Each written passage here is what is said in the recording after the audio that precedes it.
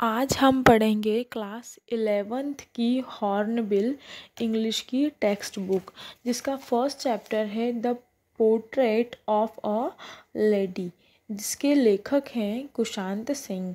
ये जो स्टोरी है ये बहुत ही ज़्यादा इमोशनल है, और जो कुशांत सिंह है उन्होंने अपनी ग्रैंड मदर के बारे में, मतलब उन्हीं के पूरी उनके साथ बिताया हुआ जो जीवन है वो पूरा व्यतीत करते हुए इस स्टोरी को सुनाया हुआ है। तो जब कुशांत सिंह खुद अपने बारे में बता रहे हैं कि उनकी जो दादी माँ थी वो सभी की दादी माँओं की तरह ही बहुत ओल्ड थी, और उनके फेस पे भी रिंकल्स होते थे।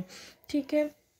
उसके बाद कुशांत सिंह बताते हैं कि जब वो अपनी दादी माँ के साथ गांव में रहते थे, और उनके जो मम्मी पापा थे वो शहर में रहते थे, वहाँ पर जॉब वगैरह करते थे, और जो कुशांत सिंह है वो अपनी दादी माँ के साथ गांव में रहा करते थे। गांव के घर में उनके दादाजी की एक फ़ोटो फ्रेम लगी हुई थी।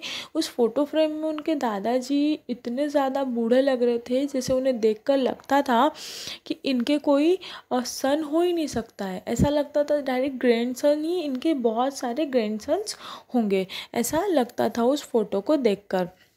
जो दादी माँ थी वो क्या करती थी, रोज़ कुशांत सिंह को उठाती थी, अपने हाथों से नहलाती थी, उन्हें स्कूल छोड़ने जाती थी। कुशांत सिंह के स्कूल के पास में एक मंदिर था, दादी माँ वहाँ जाती थी, मंदिर पे बैठ जाया करती थी, कुशांत सिंह के लिए टिफ़िन बनाती थी, फिर उन्हें टिफ़िन देने जाती थी, फिर उन्हें रात को सोते समय लोरियाँ सुनाती थी, उन्हें कहानियाँ सुनाती थी। तो कुशांत सिंह का जो पूरा बचपन था वो अपनी दादी माँ के साथ बीता हुआ था। और वो छोटी स्कूल्स में जब भी पढ़ने जाया करते थे तो उनकी जो दादी माँ थी उनके साथ उन्हें रोज़ छोड़ने के लिए, लेने के लिए जाया करती थी। फिर जैसे ही कुशांत सिंह थोड़े से बड़े हो गए तो उनके जो मदर्स एंड फादर्स हैं उन्होंने उन्हें मतलब शहर में हायर स्टडीज़ के लिए शहर में बुला लिया कि अब तुम यहीं आ जाओ, और यहीं पे तुम्हारी जो पढ़ाई है वो यहाँ से कंटिन्यू करना। तो कुशांत सिंह को थोड़ा सा लगा कि यार मुझे शहर में अच्छा लगेगा या नहीं लगेगा, बट उनके माइंड में थोड़ी एक्साइटमेंट भी थी कि हम सिटी में जाकर, किसी बड़े शहर में जाकर रहेंगे। तो कुशांत सिंह और उनकी दादी जो है वो सिटी में चले जाते हैं और वहाँ पर रहने लगते हैं। अब कुशांत सिंह को उनकी दादी माँ नहीं छोड़ने जाती है। अब उनको एक मोटर बस आती है जो कि उनको स्कूल तक लेकर जाती है। उसके बाद ना ही कुशांत सिंह को उनकी दादी माँ तैयार करती है, ना ही नहलाती है, क्योंकि वहाँ पर तो मेड होती है काम करने के लिए, तो वही जो मेड होती है वही उन्हें तैयार करती है, वही उनका सारा काम करती है। उसके बाद कुशांत सिंह जो होते हैं वो वहाँ पर घुट रहे होते हैं। वो इसलिए घुट रहे होते हैं क्योंकि जो गांव रहता है वो कैसा रहता है, बड़े बड़े आंगन रहते हैं, और एकदम पेड़ों की ठंडी हवा और पगडंडी वाले रास्ते, और शहरों में फ्लैट्स वगैरह में बिल्कुल भी जगह नहीं होती, बहुत ज़्यादा कंजक्टेड ऐसी एरियाज़ में होता है। तो वो क्या बहुत ज़्यादा घुट रहे होते हैं, ये सोच रहे होते हैं कि मेरी गाँव की जो स्कूल थी वो कितनी अच्छी थी। और उनकी जो दादी माँ है वो थोड़ी सी नर्वस थी इस बात को लेकर कि अब वो कुशांत सिंह की हेल्प नहीं कर पा रही थी उनकी स्टडीज़ में, क्योंकि कुशांत सिंह अब हायर एजुकेशन की तरफ चले गए थे और वो अब इंग्लिश में किताबों को पढ़ते थे। और उनकी दादी माँ थी वो इतनी ज़्यादा पढ़ी लिखी नहीं थी कि उन्हें इंग्लिश की किताबों को पढ़ा सके। उसके बाद कुशांत सिंह और उनकी दादी के बीच में जो बहुत ज़्यादा फ्रेंडली बिहेवियर था वो तो कंटिन्यू था, लेकिन जो एक बॉन्ड था कि एक ऐसा बॉन्ड जो अपनी बात दादी से हर बात शेयर करने का, वो थोड़ा सा कम सा हो गया था, क्योंकि कुशांत सिंह के पास इतना टाइम नहीं रहता था कि वो अपनी दादी से ज़्यादा बातें कर पाएँ। सिर्फ कुशांत सिंह आते थे और अपनी दादी के पास रात को सो जाया करते थे। फिर क्या होता है कि कुशांत सिंह जब कॉलेज में जाते हैं तो उन्हें ज़्यादा स्टडीज़ करनी पड़ती है, तो उनके मम्मी पापा उन्हें सजेस्ट करते हैं कि आप जो है अपना रूम चेंज कर लीजिए, आप दादी माँ के रूम से अपना रूम को सेपरेट कर लीजिए। तो कुशांत सिंह इस बारे में करना तो चाहते हैं, लेकिन वो चाहते हुए भी मना नहीं कर पाते हैं, और वो क्या करते हैं, अपने मदर और फादर की बात मानते हुए अपने रूम को दादी के रूम से सेपरेट कर लेते हैं। अब दादी और भी ज़्यादा अकेली हो गई थी, क्योंकि अब तो कुशांत सिंह रात को भी आके उन्हें नहीं मिलते थे, और दादी अंदर ही अंदर इस चीज़ को बहुत ज़्यादा घुट घुट कर ले रही थी कि यार अब मैं मेरा जो ग्रैंडसन है उसकी हेल्प नहीं कर पा रही हूँ। और अब जो कुशांत सिंह और उनकी दादी के बीच में एक और बॉन्ड था कि वो रात को आके एटलीस्ट रात को आके वो बातें कर सकते थे, वो भी अब नहीं रह गया था।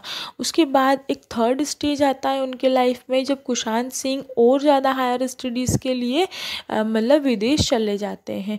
तो इस बात का जो सदमा जैसा धक्का लगता है वो उनकी दादी को बहुत ज़्यादा लगता है। लेकिन दादी अपने ग्रैंडसन को पीछे भी नहीं खींचना चाहती थी, वो चाहती थी कि उनके जो ग्रैंडसन है वो बहुत आगे जाएं। तो इसलिए उन्होंने अपने ग्रैंडसन को नहीं रोका और वो उन्हें जाने देती है विदेश के लिए। जब कुशांत सिंह चले जाते हैं तो वो 5 सालों में वापस आने के हिसाब से मतलब अपनी स्टडीज़ को कंप्लीट करने के लिए जाते हैं। तो जो दादी होती है वो हमेशा ये सोचती कि अब वो 5 सालों तक बिल्कुल अकेली हो जाएगी और अब वो क्या करेगी।